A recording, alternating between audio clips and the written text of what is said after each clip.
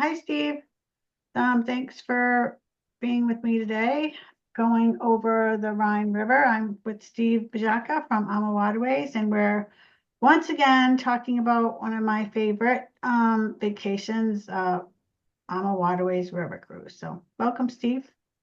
Thank you, Darby. Good morning, and thank you for having me back. Yeah, let's take a stroll, virtual stroll down the Rhine, and look at some itineraries. One itinerary that you and I did together a couple of summers ago, right? So Yes, let's take a look at the Rhine and the couple of rivers that flow into the Rhine.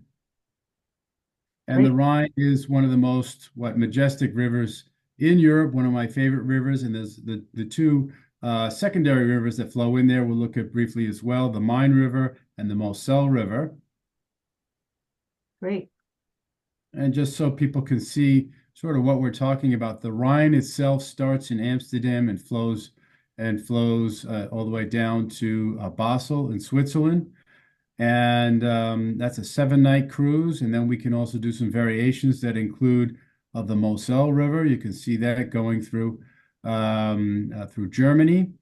Yeah. And we also do the Main Danube Canal, which is interesting because it takes you to some places that you couldn't see just on the Rhine or on the Danube. So places like Wurzburg and Bamberg and Miltenberg. And you and I did that itinerary a couple of years ago, the Rhine Correct. Line. So we'll talk about that a little later. That was a really nice, very interesting itinerary. Right. Yes. And let's This go. itinerary, you can either start in Basel or start in Amsterdam. Correct. It's directional. We have three itineraries on the Rhine. One is the enchanting Rhine. One is the captivating Rhine. Those are just opposite itineraries of each other, one going north, one going south. And then we have a third itinerary called the Rhine Castles and Swiss Alps. And that one could begin or end in Lake Como in northern Italy, and then would go all the way up to Amsterdam. So let's look at Amsterdam. It's where our Rhine cruises either begin or end.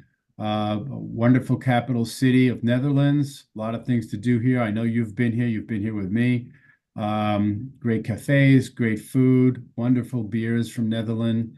Yeah. Great And it's a museums too, and there's a Yep, lot to see and do in Amsterdam.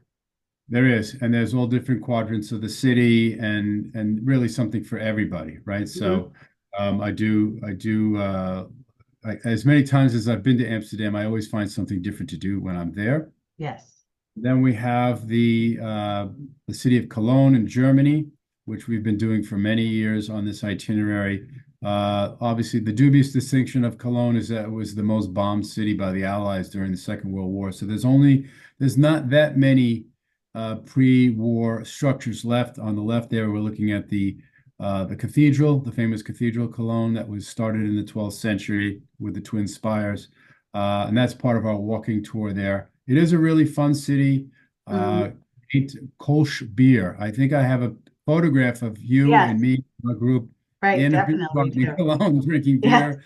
If I'm not mistaken, and I use it in other presentations, actually. It's a Yeah. nice photo. And So if you're it is a fun city. adventurous too, when I first went to Cologne, we went to the top of the cathedral.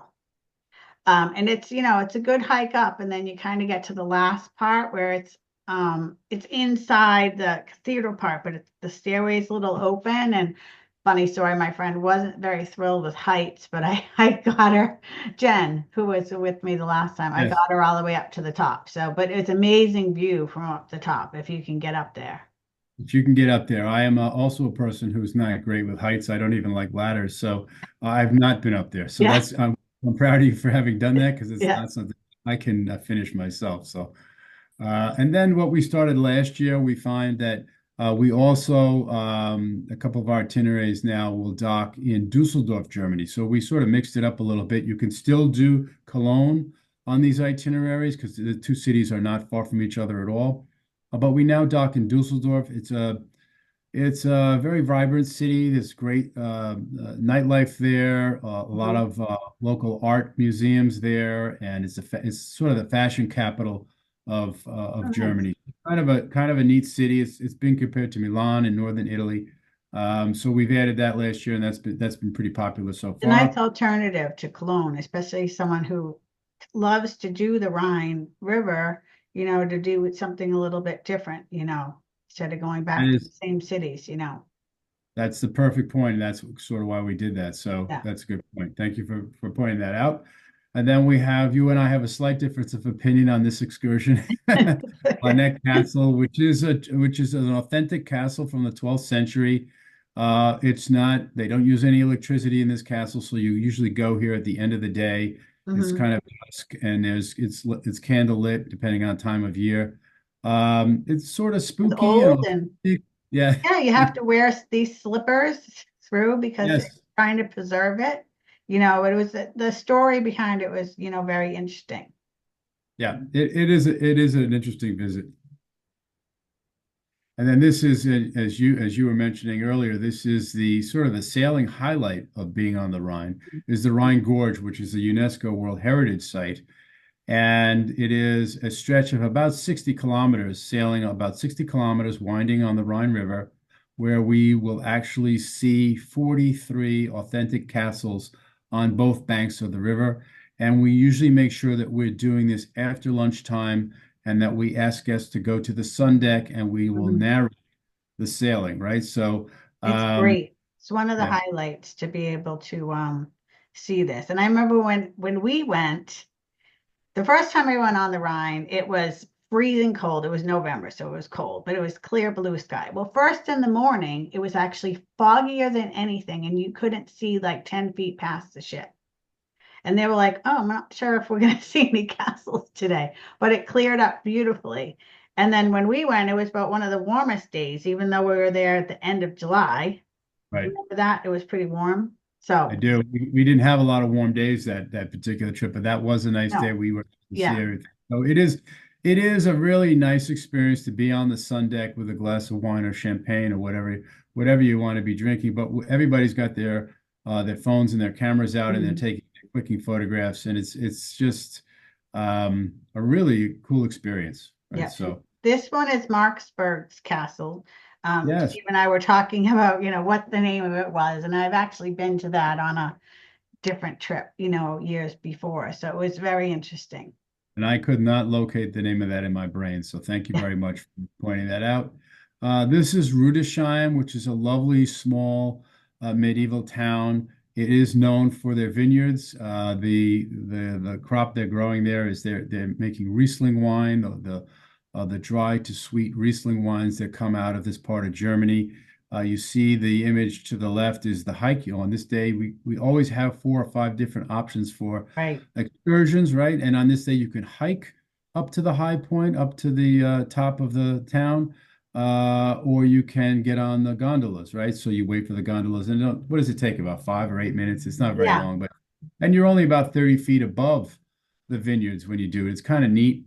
I've done both, and it's a nice town for shopping and Hmm. maybe a nice glass of wine or beer. My wife and I have done all of those things, and we brought back wine onto the ship. You can buy wine in town and bring it onto the ship. We allow you to cork it. There's no fee or anything like that. So it's a lot of fun. And at night, you can go back into Rudesheim because we're only docked about 10 minutes away. And a lot of evening venues where you can listen to live music and Restaurants and things like that. restaurants, party with the Mhm. locals. It's pretty cool. So I like Rudesheim a lot. It's a lot of fun. It's almost too many things to do there that you want to be able to do. Yeah, I And there's know. not enough That's why time. you have to go back. That's why you have to go back, darling, Right. because you can do different things in Rudesheim. Yes. Strasbourg is a beautiful city. I think this is one of the best kept secrets in France. Everybody thinks of Paris and Lyon when they think of France, but Strasbourg is in the southeast corner of France. A part of France was actually went back and forth between France and Germany. They fought wars over Strasbourg and the area because of the how how rich the agriculture was there, Mhm. wine growing and wheat growing and things like that. But you see, it's a canal city. You see the half-timbered houses along the canals here. Some great walking tours here, little footbridges, and just The outdoor cafes cathedral is everywhere. beautiful inside too, Yep, you know. yep. And at Christmas time, they really make up the town square. They put up tall Christmas trees and all the stalls that come out from the local merchants. It's really cool at Christmas time as well. So I like Strasbourg a lot. It's one of my favorite cities on this itinerary. And if I remember correctly, don't we go past the head of the European Union before you get into Strasbourg? You do. That's correct. Yes. Yeah. So it's So very interesting kind of going into the town too from the yeah, river because you pass there's a lot. through and There's a lot of money in Strasbourg too. They have yes, their you version of talked about the Fifth housing Avenue. cost. Yeah, yeah. It's a Yeah, lot of great shopping there. right, Uh, right. this is Heidelberg. This is probably the most storied fairy tale type of town when people think of medieval towns. You know, beautiful castle here, Heidelberg Castle. But the whole town is like this. All these footbridges and these, again, half timbered homes. We mentioned earlier that the Hallmark Channel filmed a Christmas movie here last November, which is perfect. I mean, it's just a perfect place to be on location if you're doing Christmas movies. It is a really picturesque and very pretty town, and a lot of great photographs would come from here.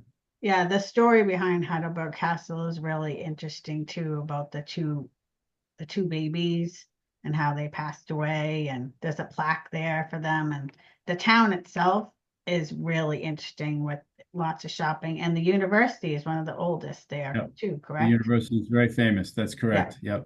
Yep. Yep. So it's another great stop. It is. And now we just want to remind people that we do a lot of active excursions too, that we do all the hikes. We do hikes and we do bike rides. And this slide here, you'll see that the hike through the Black Forest in Hmm. Germany, which is something that I have not done yet. I was regaling to you earlier that my daughter and her companion did this a couple of years ago, and I was very jealous when I saw the photographs because I am a hiker. So this is a must do, I think, if you're in this area. And then the image to the right is somebody who's taken a bicycle. We have touring bicycles on the ships. We've got about 28 touring bicycles on this itinerary, and that also be really cool. So there's always several walking tour options. There's a hike option every day, and there's a biking option every day. So we want to remind people if they're active travelers, you want to stay fit, you want to get some exercise while you're enjoying the scenery. There's hiking and biking included as Yeah. well. The Black Forest has a lot too. What you have the cuckoo clocks. Yep. And I believe you guys go up to is it the town where there's that St. Stephen's Cathedral? Is that what it is? Are you thinking of Colmar, or are you thinking of where the Advent calendar is? Um, No, I'm not sure of the name of it. There was a maybe it was a different town. But it's really any of the areas you go there are just beautiful. right. You know, Well, the the thing mountains. about, so I mean, St. Stephen's Cathedral, there's one in pretty much every town or city in Right, Germany. I know. Well, this That's one why is I can't very say. like from the outside, you couldn't, it was shocking when you went inside to see the amount of murals and the pristine condition on the inside, where the outside you would thought, oh, it's it's another church or something. But Right, so right. Okay. And then we mentioned earlier about Christmas markets. I mean, if you're into the Christmas tradition and decorations and Christmas trees and ornaments and things like this, it is a great time of year. It's become immensely popular. We sell out our Christmas markets every year now. It's typically the last week of November all the way through to Christmas. Both on the Rhine and the Danube would be the two rivers that really celebrate and have the authentic Christmas markets that have been around for 500, 600 years. mhm, Um, and on the Rhine, it's really pretty, and you have the opportunity to shop for ornaments and drink the Glühwein and mhm, really hang out with the locals because that's really who's going to these. There's not that many right. tourists. It's mostly locals, right, Darby? Yep, definitely. Yeah. And you just have to make sure you have extra luggage space Yes, yeah, I can. A to lot of bring back. I brought a lot of, and you got to pack them carefully too if you're buying the handmade ornaments. I Yes, every year I come home with a lot of stuff for our tree back here at the Bajaka definitely. residence. And then just quickly, so people, you're also going to see some itineraries that have the Rhine and Main and the Rhine and Moselle. The Main River, as we mentioned earlier, this is the itinerary, Darby, that you and your friend came on with myself Yeah. and my wife and some other people from the industry a few years ago.